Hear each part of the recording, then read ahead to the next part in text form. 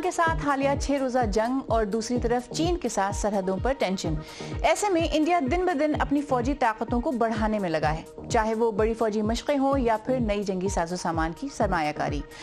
India को आखिर क्या जरूरत है अपनी ताकत को मजीद बढ़ाने की? आज जहानुमा की टॉप स्टोरी यही है। इसके अलावा प्रोग्राम में शामिल होगा अमेरिका जाना अब दौलतमंद अफराद के लिए होगा आसान। देखिएगा क्या है नई स्कीम और किस किस्म की मजीद सख्तियों का सामना करना पड़ेगा वीजा एप्लीकेशंस में। और नेटो के सरबराह की वार्निंग कि यूरोप रूस के साथ जंग की तैयारी कर ले, क्योंकि रूस आइंदा 5 बरसों में नेटो के किसी भी मुल्क पर हमला कर सकता है। BBC न्यूज उर्दू के प्रोग्राम जहानुमा में खुशामदीद। मैं हूं समरा फातिमा। इंडियन मिलिट्री ने गुज़िश्ता महीने गुजरात और राजस्थान में मगरबी सरहदों और साहिलों पर बहुत बड़ी जंगी मशक़ें की हैं।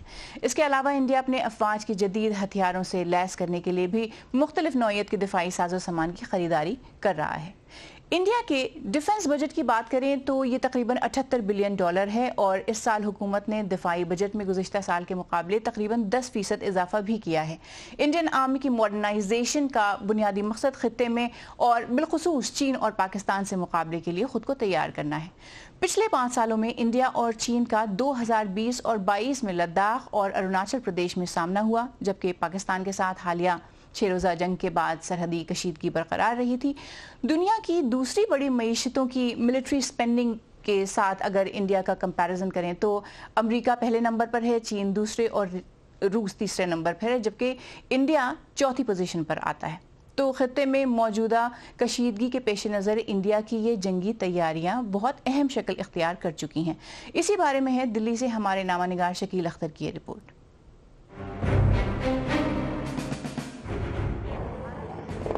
जमीन, फिजा और समंदर, इंडियन मिलिट्री ने मुल्क की मगरबी सरहदों पर तकरीबन 1 महीने तक हर तरह की जंगी मशकें की हैं। गुज़िश्ता मई में ऑपरेशन सिंदूर के बाद ये इंडिया की सबसे बड़ी जंगी मशक थी। इसमें फिजाइया, बहरिया और बर्री फौज के हजारों फौजियों ने हिस्सा लिया। भारत माता की। हालिया सालों में यहाँ इतनी बड़ी मिलिट्री एक्सरसाइज नहीं देखी गई। आप किस एरिया में डिप्लॉय थे? इन जंगी मशकों के साथ साथ इंडिया बड़े पैमाने पर दिफाई साजो सामान भी हासिल कर रहा है। गुज़िश्ता महीने तेजस जंगी जहाज के लिए एक अमरीकी कंपनी से इंजन खरीदने का मुआहदा किया गया। इंडियन फिजाइया नए जहाजों की तलाश में है। बहरिया भी बड़ी तादाद में जहाज और आबदोजें हासिल कर रही है।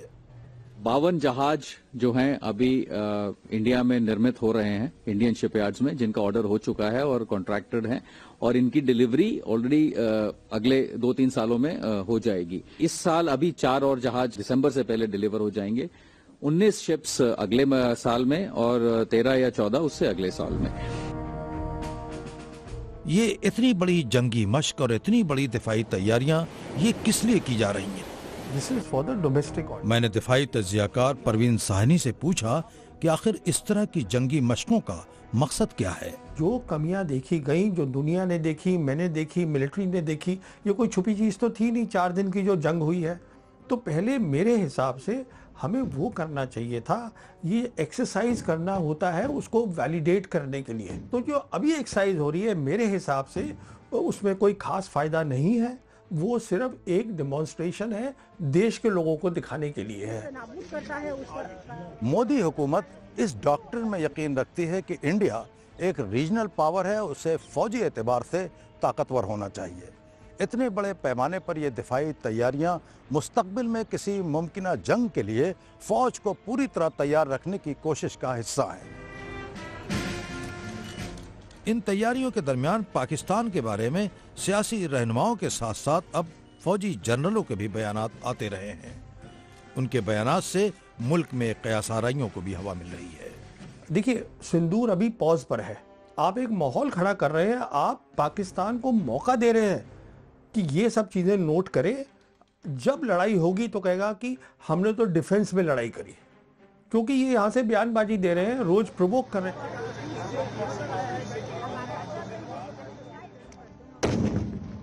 एक ऐसे वक्त में जब खित्ते में कशीदगी बरकरार है, इन दिफाई तैयारियों और जंगी मशकों से मिलिट्री टेंशन को और भी हवा मिल सकती है। Shakeel Akhtar, BBC news, Delhi. तो इंडिया इतनी बड़ी फौजी मशक़ें करके अपनी मिलिट्री पोजीशन तो मजबूत कर रहा है, लेकिन किसके खिलाफ? इसी बारे में मजीद बात करने के लिए इंडियन पंजाब से, चंडीगढ़ से मेरे साथ मौजूद हैं तज्ज़ियाकार राहुल बेदी। बेदी जी, बहुत शुक्रिया हमें ज्वाइन करने के लिए। सबसे पहले हम ये जानना चाहेंगे कि ये जो तैयारी है, फौजी ड्रिल्स चल रही हैं, सरमायाकारी हो रही है डिफेंस में, किस लिए? क्या कोई ऐसी सूरत हाल है, क्या कोई ऐसा खतरा है जिसका आम लोगों को पता नहीं है? जैसे आपके पहले स्पीकर ने कहा कि ये सिंदूर जो ऑपरेशन है ये अभी लागू है। दूसरी बात ये है कि इंडिया का एक कोल्ड स्टार्ट डॉक्ट्रिन था जिसमें जो लोकल ट्रूप्स थी बॉर्डर पर वो अपने आप को ऑपरेशनलाइज करके हमला कर सकती थी, मगर वो कोल्ड स्टार्ट का अब कोल्ड स्ट्राइक हो गया है। और ये जो एक्सरसाइज हुई है ये मल्टी सर्विस हुई है आर्मी, नेवी, एयरफोर्स की, और इसमें लगभग 50,000 आदमी थे जो पार्टिसिपेट कर रहे थे। और ये 3 एरियाज में हुई है। एक कोस्ट में हुई है समुंदर में, एक दलदल मार्शी लैंड्स में हुई है जैसे वहाँ सर क्रीक में है सिंध में, और तीसरा ये डेजर्ट पे हुआ है। तो ये 3 जो एक्सरसाइजेज हुई हैं ये काफ़ी सीरियस हैं और इसमें काफ़ी सिस्टम्स और काफ़ी तैनात जो है फौज वो रही है। तो ये क्लियर नहीं है कि हम सबसे बड़े खतरे की तरफ भारत किसको देख रहा है। हमें ये बताइए कि जब भी इस तरह की सिचुएशन होती है और डिफेंस रिलेटेड अगर इन्वेस्टमेंट बढ़ाई जाती है तो पाकिस्तान को एक बहुत बड़े खतरे की तरह दिखाया जाता है। हालांकि चीन भी ज़ाहिर खतरा है ही। चीन को हाईलाइट क्यों नहीं किया जाता इंडिया में? चीन को हाईलाइट इस करके नहीं किया जाता क्योंकि चीन की जो ताकत है वो हिंदुस्तान से काफ़ी 10 गुना 15 गुना गिनी जाती है। और यहाँ मिलिट्री भी एक्नॉलेज करती है कि चीन जो है वो काफ़ी हद से हिंदुस्तान से ज़्यादा ताकत है। उसकी इक्विपमेंट जो है, उसकी जो कैपेबिलिटीज़ हैं और ख़ास करके उसकी जो साइबर कैपेबिलिटीज़ हैं वो इंडिया को काफ़ी न्यूट्रलाइज कर सकती हैं क्योंकि और मगर पाकिस्तान जो है वो छोटा दुश्मन है और उसको संभालना और उसकी जो पॉलिटिकल रेलेवेंस है ये मोदी की सरकार के लिए काफी अहमियत देती है और ये आसान काम है पाकिस्तान को अपोज करना। बहुत शुक्रिया बेदी जी हमसे बात करने के लिए। और अब बात अमेरिका की एक नई वीजा स्कीम की।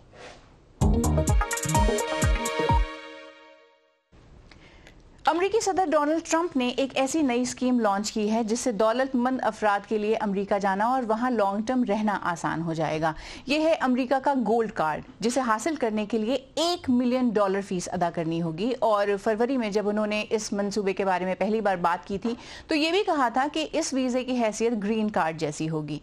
ट्रंप ने अपनी सोशल मीडिया पोस्ट में कहा कि गोल्ड कार्ड ऐसे लोगों के लिए अमरीकी शहरियत का सीधा रास्ता खोल देगा जिनकी जांच पड़ताल हो चुकी है। सो एक्साइटिंग, हमारी अजीम अमरीकी कंपनियां आखिरकार अपने कीमती टैलेंट को अपने पास रख सकती हैं। साथ ही उन्होंने ये भी कहा कि हमें वो लोग चाहिए जो प्रोडक्टिव हैं। गोल्ड कार्ड ऐसे टाइम पर लॉन्च हो रहा है जब Donald Trump administration already immigration के मामलों में ज़बरदस्त सख्ती दिखा चुकी है और इन्हीं सख्तियों में एक और नया प्रपोजल ऐड हो गया है जिसके मुताबिक बरतानिया समेत दर्जनों ममालिक से आने वालों को अपने वीज़ा एप्लीकेशन फॉर्म पर अपने सोशल मीडिया अकाउंट्स का 5 साल का हिसाब किताब देना होगा। ESTA फॉर्म यानी electronic system for travel authorization form में इन तफसीलात के अलावा अपना फ़ोन नंबर, अपनी ईमेल एड्रेस, पिछले 10 सालों में लोग जहां जहां रहे हैं वहां का पता, दीगर फैमिली मेंबर्स के बारे में भी बताना होगा। माहिरीन इसे ट्रैवल में एक बड़ी अड़चन की तरह देखते हैं और समझते हैं कि ये लोगों के डिजिटल राइट्स के भी खिलाफ है।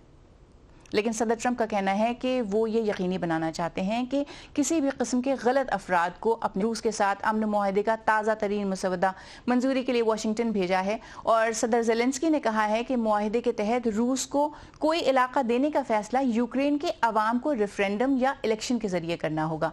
जोनाथन बीली की रिपोर्ट देखिए गज़नफर हैदर की जुबानी। यूक्रेनी फौजियों में रूस को किसी किस्म की रियायत देने का रुझान अब भी बहुत कम है। इनमें से कई सिपाही मशरिक में डोनबास का दिफा कर रहे हैं। लड़ाई से जरा सी मोहलत मिलने पर वो महाज पर वापस जाने से पहले ड्रोन और रोबोट इस्तेमाल करने की तरबियत ले रहे हैं और वो मजीद जमीन छोड़ने के लिए तैयार नहीं। वो जमीन जहां हमारा खून बहा, फिर इस जंग का क्या मतलब रह जाता है? हम तो पहले दिन ही हथियार डाल सकते थे।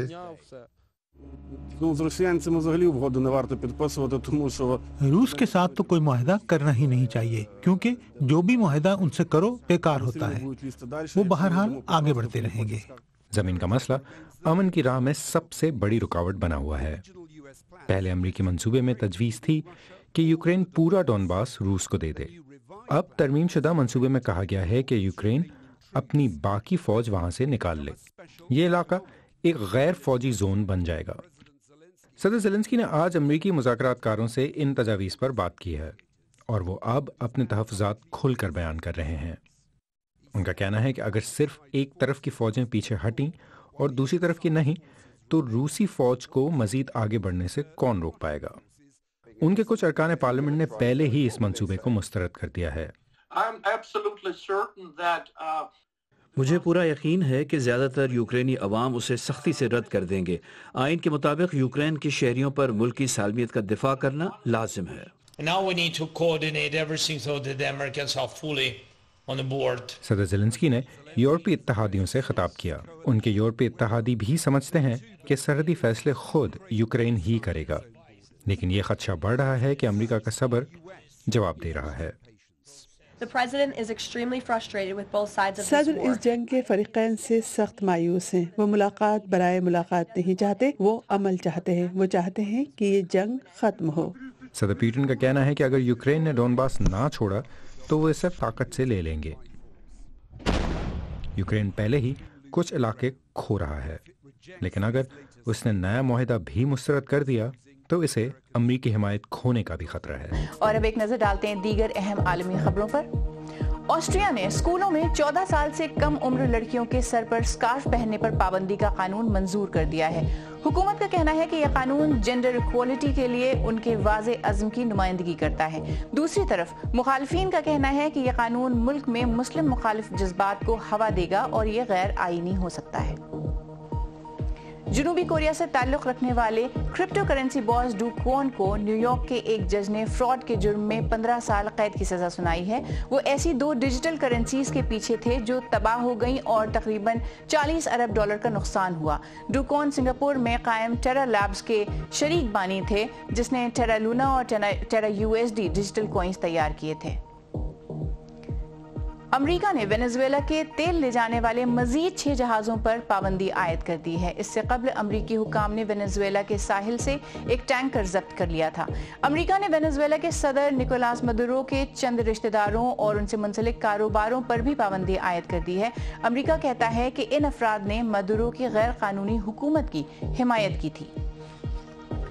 और गूगल और बरतानिया ने विलो नामी जदीद क्वांटम चिप के इस्तेमाल के लिए मुश्तरका मंसूबे का ऐलान किया है। इस पार्टनरशिप का मकसद केमिस्ट्री, मेडिसिन और दीगर शोबों के अलावा ऐसे मसाइल का हल निकालना है जो आज के आम कंप्यूटर्स के लिए मुमकिन नहीं। हम अपना घर कैसा चाहते हैं? ऐसा जिसमें हमारी छाप, हमारी झलक हो। तो हम तय करते हैं कि इसका रंग कैसा होना चाहिए, फर्नीचर कैसा होना चाहिए, डेकोरेशन कैसा हो, दीवारों पर क्या क्या लगा हो, वगैरह वगैरह। लेकिन आर्टिस्ट एमिली पॉवेल के लिए सिर्फ रंगो रोगन काफ़ी नहीं था। उन्होंने अपने हाथों से अपने घर के बिजली के स्विचेस से लेकर बाथरूम टाइल्स तक हर चीज़ को पीस ऑफ आर्ट में तब्दील कर दिया। नामा निगार एमा रोमांस्की उनके घर को देखने पहुंची। उनकी ये रिपोर्ट पेश कर रही हैं आलिया नाज की। आर्ट गैलरी के बरक्स इस फन पारे में कोई रहता है। एमिली पॉवेल का घर बहुत गैर मामूली है। उन्होंने फर्श से छत तक हर चीज को कैनवस के तौर पर इस्तेमाल किया है। ये लिविंग रूम है, यहाँ सब कुछ रंगों से मुताल्लिक है। तो ये एक बड़ी झप्पी है। यहाँ बहुत कुछ चल रहा है, लेकिन ये आपको अपने अंदर समेट लेता है। उनके इंग्लिश साहिली कस्बे ब्रिक्सम में घर की नुमाइश के तमाम टिकट 24 घंटों में फरोख्त हो गए। लोग अमेरिका, फ्रांस, जर्मनी और यहाँ बरतानिया के मुकामी लोग देखने आ रहे हैं। लोगों का कमरे में दाखिल होते रद्दमल देखकर एक आर्टिस्ट की हैसियत से बहुत खुशी महसूस होती है। ये बस खालिस खुशी है, इसे देखकर आप मुस्कुराए बगैर नहीं रह सकते। मुझे ये पसंद है, लेकिन ये तो बहुत ही अलग है। मुझे यकीन नहीं कि आपने सीढ़ियां तक पेंट कर दी हैं। ये किसी भी घर का मेरे ख्याल में अहम हिस्सा है। आपको अंदाजा नहीं होता कि आप इनको कितना देखते हैं। बाथरूम समेत हर सतह पर पेंट किया गया है। तो लोग अब आपका आर्ट लंदन की कई गैलरीज और बड़ी जगहों पर देख सकते हैं, लेकिन ये तजुर्बा बिल्कुल मुनफरिद है।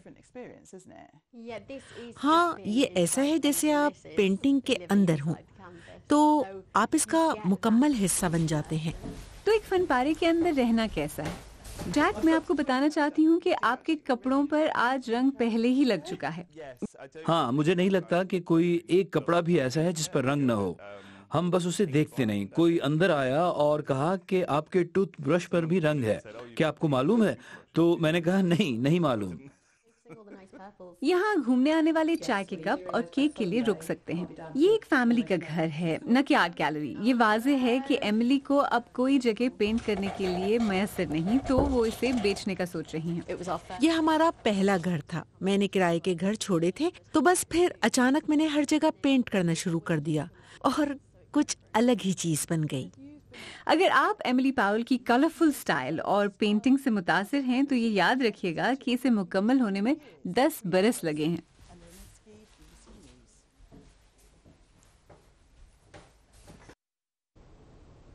मज़ीद खबरों और हमारे लाइव पेज के लिए हमारी वेबसाइट bbc.com/उर्दू पर आइए। इसके अलावा आप BBC न्यूज़ उर्दू को सोशल मीडिया प्लेटफॉर्म्स पर भी फॉलो कर सकते हैं। आज प्रोग्राम में इतना ही। अगर प्रोग्राम का कोई भी हिस्सा आपसे मिस हो गया है तो आप इसे दोबारा YouTube पर BBC उर्दू के चैनल पर देख सकते हैं। समरा फातिमा को इजाज़त दीजिए।